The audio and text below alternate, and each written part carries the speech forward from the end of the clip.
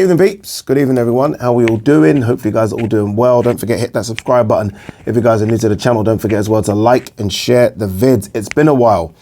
Your boy's been busy. I've been to Abu Dhabi.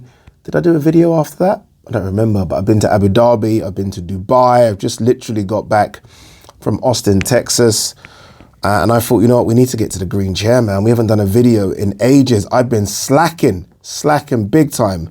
But we are going to try and make up for it. So this might be a long video. It might be longer than usual. What's the usual? 15, 20 minutes. It could be longer than that, you know, people.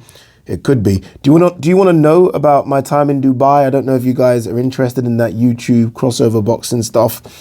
But it was interesting to see Floyd Mayweather out there with his army of bodyguards. It's crazy the amount of bodyguards he's got. Like, I was looking at Floyd as he came out to the weigh-ins against Deji, and I was thinking, if you have had to pay for all this, then geez, look, Floyd's worth hundreds of millions, right? I'm not one of those people that think Floyd's doing this because he's broke. I don't believe that crap at all.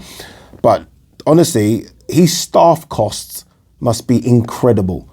So hopefully it's the promoter that paid for all of those people to come over, because there was at least 40 people with Floyd. At least, not joking. So yeah, it was fun though. It was fun being out there.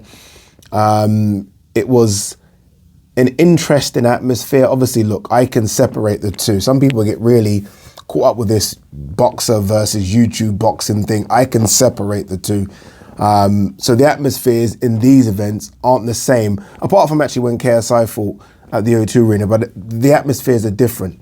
But the atmosphere in Dubai was interesting. It was fun. We had to fill for like an hour and a half until Floyd came out. But when he did come out, I said this, that these guys I was working with, like a couple of them were saying, like, you know what, if Deji catches Floyd, I'm like, look, stop this, right? No, Floyd will literally play around with Deji, and when he wants to, we'll stop him. I think Deji landed one and Floyd was like, all right, enough showtime. Let's just get this kid out of here. And he did. And I think he went home with around $10 million. So look, Floyd's going to keep on doing this because, as he says, it's like robbing a bank without a gun. That's what he said. And then obviously I went to Austin, Texas for DAZN's Misfits. I liked it. I enjoy it. I enjoy how look, I'm a YouTuber myself, right? Or that's how I started. And I enjoy watching how these YouTubers, big YouTubers, operate. Obviously, speaking to KSI, and it was good to kind of have a conversation with him outside of boxing, just about his YouTube and how we built it up. And there's others. There's Wade Plemons, who's got a massive YouTube as well. So it's interesting to see what these guys are doing and how they're doing their YouTube. So yeah, look, we're not going to get stuck into those events because I know a lot of you don't watch it. But it was fun. It was fun. And now we're back to serious business. Obviously, this Saturday, I'm going to be hosting the Dillian Whyte Franklin card. Laura Woods is in Qatar, so it's me, I think David Haye and Andy Lee, which I think's that's not bad, is it? Right? I'm going to enjoy talking to those guys about that card. It's going to be interesting to see what Dillian Whyte looks like. Obviously, now training with Buddy McGirt. It's going to take time for Buddy, I think, to make any changes with Dillian Whyte. I think that takes, I've always said this, I think that takes 3 or 4 fight camps, or if not fight camps, at least a year with a trainer, I think. So we'll see how Dillian Whyte looks. Obviously, this is a guy that's coming off a knockout defeat, but that was to the #1 heavyweight on the planet. Franklin isn't that. Franklin ain't even that big. I interviewed him ringside at the Katie Taylor event, and height-wise, he didn't look much bigger than me. I didn't think I was looking up to a giant like I always feel when I look and talk to these heavyweights. He looked like my size, honestly, my size. Obviously, I weighed a bit more, but it looked my size. So yeah, it'd be interesting to see, you know, what he can do. I think he's posted a couple of clips showing him land that uppercut, the uppercut that seems to always cause Dillian Whyte problems. So you never know what's left in the tank with Dillian Whyte. He's had some really, really hard fights. So I'm not quite sure what's left, but I don't think Franklin's the guy that's going to answer those questions. Nathan Gorman, Fabio Wardley, really, really good fight. Sleeper of a fight. No one seems to be talking about it. I don't know why. I really like that British title as well. Who was I speaking to that thinks that, who was it? I can't remember who I was speaking to. They think this is a step too far for Wardley. They think this is a step too far for Wardley. They kind of sort of spoke about Wardley's problems against Molina before he flatlined Molina, but there were some problems there. I favour Wardley. I favour Wardley. I think he's definitely the fresher of the two. Gorman's the better boxer. Gorman's 100% the better boxer, but I feel like Wardley's power, I think he's knocked out, is it everyone or at least everyone bar one of his opponents. So he has the better power. He's the more athletic. Interesting fight, man. Honestly, really can't wait for it. Let's talk about what the thumbnail is, and that's about Ryan Garcia versus Tank Davis. Scheduled, and I guess this is what we have to really break down, scheduled for, I think, April or May of next year. So look, we're still far away. And I think we're even further away because both of these guys look like they're going to have an interim fight or a fight in between. I think Gervonta Davis has announced his fight, or at least there's rumors about his fight in January. And I'm hearing that Ryan Garcia is likely to fight Jojo Diaz. So again, look, more hurdles. Boxing, right? I mean, you get there, like the biggest hurdle was, okay, is this going to be on DAZN? Is it going to be on Showtime? Is it going to be a split? That was supposedly the biggest hurdle, right? Al Heyman, Oscar don't really get on. You've overcome that hurdle and you're like, okay, let's put one more hurdle in there. Why not, right? Let's have an interim fight. What are we doing? I mean, don't get me wrong. They're both fighting guys that they should beat. But why are we doing this when you can risk injury? Anything can happen. Why risk a super fight? And this is a super fight. There's no two ways about it. This is a fight that will get all the boxing public. It will get the general, sort of the casual fans on board as well. This is a fight that I think can get very, very close to that magical 1 million, right? That's the definition of a super fight nowadays. So I don't know why you want to put more hurdles in it. The fight as well will be 136 pounds, which is interesting. Bear in mind, Ryan Garcia's last fight was at 140. He's growing into a very, very big, not just lightweight, he's going into a very, very big super lightweight. So the idea of him coming back down a few pounds suggests that Gervonta Davis and his team, I think, are showing a lot of respect to Ryan there. Like, okay, look, we can't fight this guy at 140. Bear in mind, Gervonta fought Barrios at 140, but it's like, we can't fight him at 140. Let's get him back down to at least near the lightweight limit. And I think that's fair because Gervonta's not a big guy. He's thick set, but Gervonta looks like the kind of guy that can still make 130, really. So I think 136 is fair. And I can't wait for it. Again, hurdles.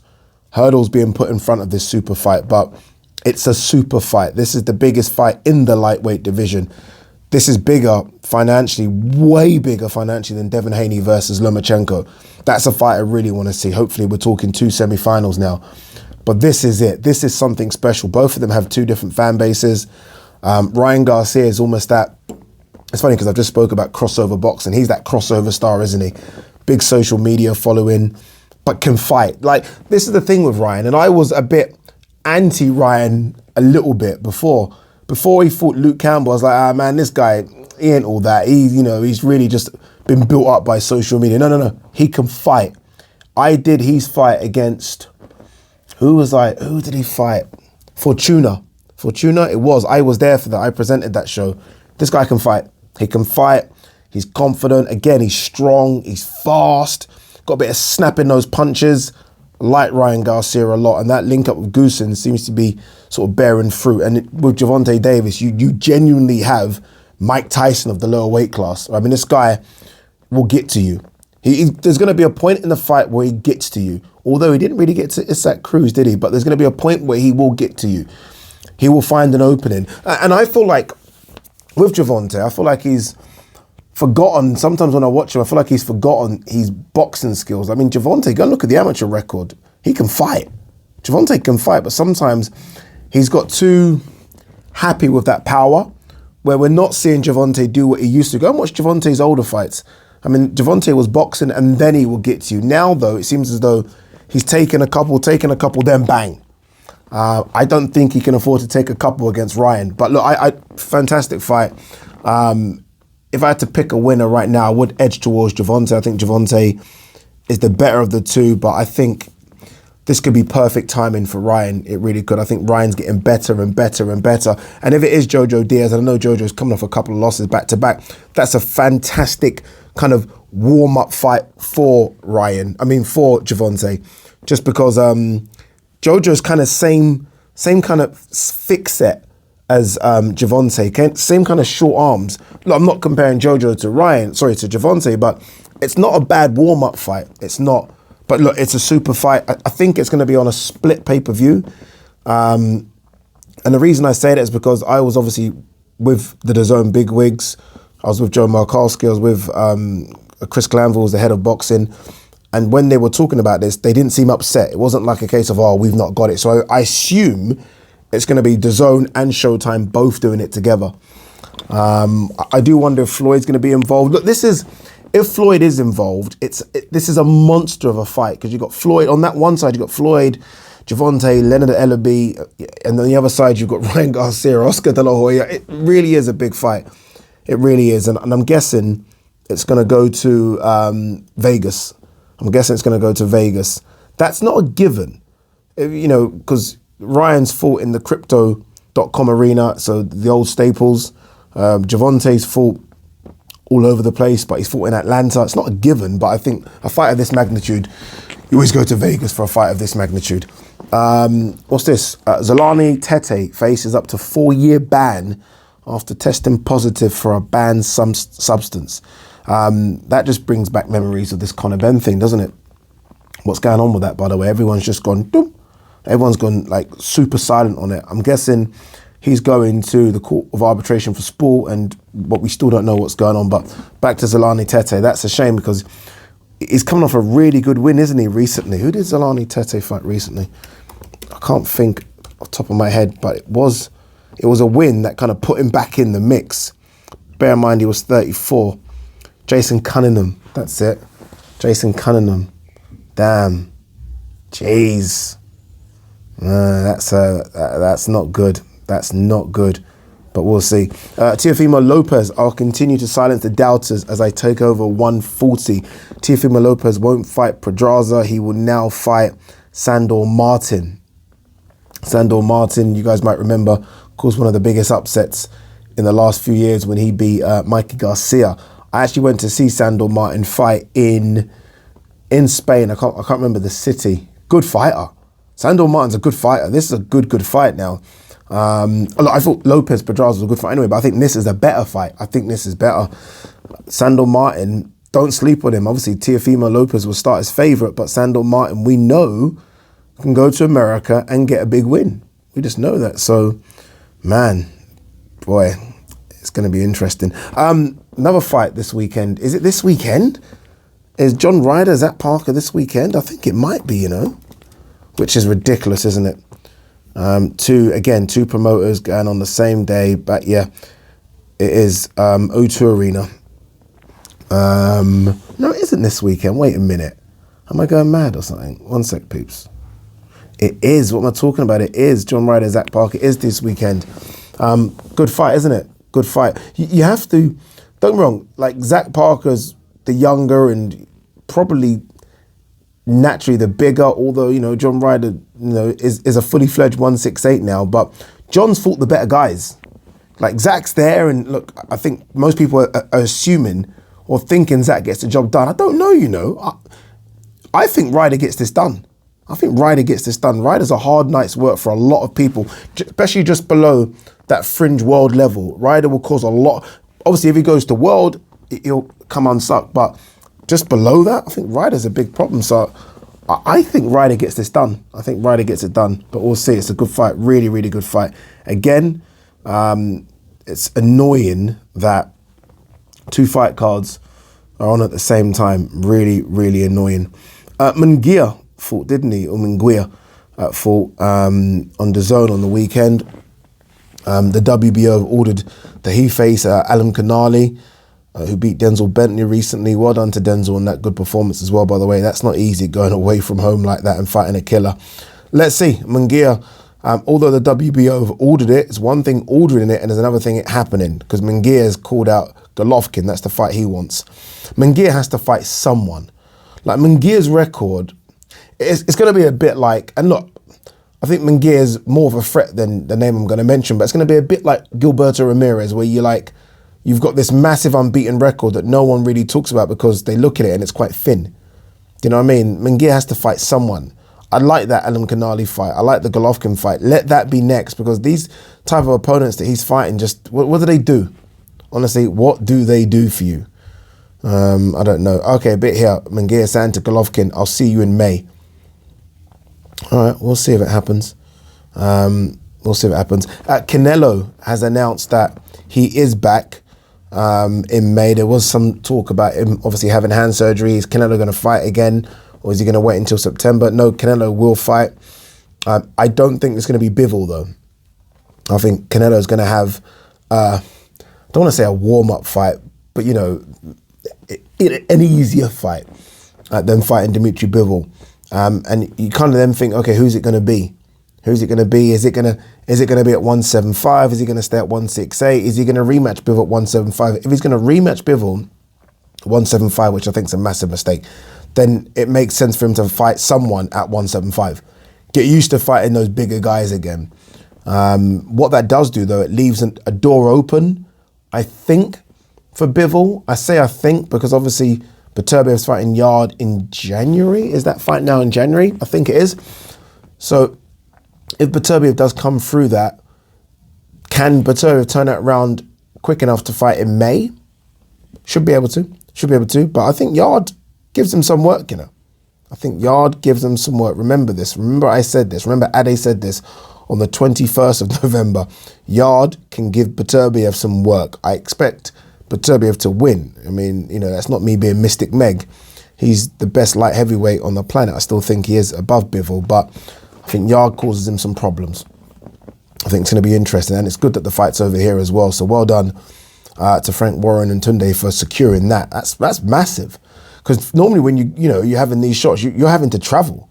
Like obviously Yard had to go to Russia to Kovalev. For him to have the fight here is really, really good. Let's see what kind of numbers it does. I think it's going to be at the OVO Arena, which is what, 13,000. It'd be nice to see if Yard could get 7, 8, maybe even 10 in there. But good luck to him. But yeah, back to it. I do wonder what happens in this light heavyweight mix now. I mentioned Boatsi recently because I feel like Bivol might not want to wait. He might want to stay busy. And if you want to stay busy, I think Boatsi Bivol's a good fight. I think you do that one, and you could do that one over here, or you could maybe do it in the Middle East. Do it wherever you want. I just want to see it. What else we got here? Keith Thurman wanted $10 million to fight Jaron Ennis, says Boots' father. Like, who's Errol fighting? Is Errol fighting Keith? If I'm Keith, I don't think that's silly. I know people might like, come on, man, Ade, he's not. I don't think it's silly. Like, why am I fighting Jaron Ennis? If you're Keith, think about it from that. You're a former unified welterweight champion. Jaron Ennis is a young killer coming up. Give me a reason to fight Jaron. The only reason is big money. He has no belt. You know, I want to fight the belt holders if I'm Keith. Surely that's what I want to do. Errol's the fight that Keith should be looking at. Errol will be more money. Errol is a bigger fight when it comes to sort of your legacy and your resume. And he's a world champion. There's no reason to fight Ennis if you're Keith. And that's how Keith's going to be thinking. But in saying that, let's see what happens with Keith and Errol, because I'm hearing behind the scenes there are conversations, but let's see. All right, let's have a look. What is going on and what's happened with Eddie Hearn and Lawrence Okolie? Looks like for some reason this is going to court. I do believe it has something to do with Lawrence has got I stand to be corrected on this, but Lawrence has got, I think, a fight left on his contract, but he wants to go to Sky, offering a bit more money. I was with Lawrence in Dubai. Seemed in good spirits. Didn't seem like someone that's going through any sort of issues behind the scenes. Seemed very, very happy and content with where he is right now. I'm going to argue for both here. If you're, and I don't ever want to know what's in a man's pocket, but if you are Eddie, you're probably thinking, you know, I've got you a world title shot. I've got you a couple of defenses.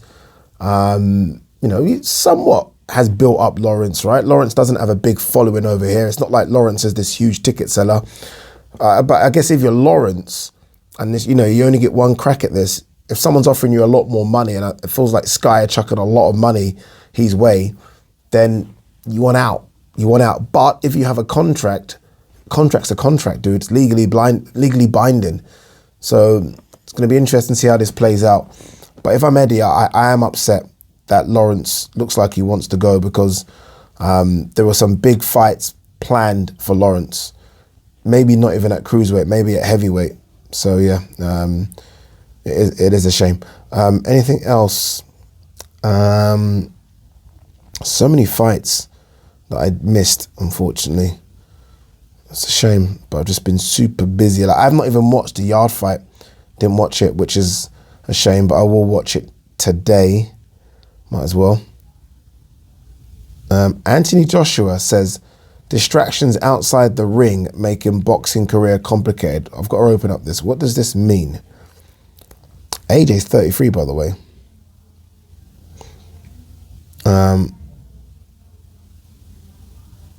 Okay. Oh, basically, this is just when I interviewed him. Oh, this is what he says. My life is complicated. Boxing has become a bit complicated for me. Everyone is just trying to make the most of this time while I'm boxing, and they're doing a good job, but it does affect my ring activity as well, says Joshua. So I'm just always trying to push all of that stuff away. It's a challenge. I'm just trying to get it out of the way this year so that next year I feel more focused. It sounds like he's just got commitments with all his brands. I mean, I feel like I'm seeing AJ at like Boss events and JD Sports events more than anything else at the moment. And those things are good. I always feel like as a boxer, you've got to have that. You should be doing more of that.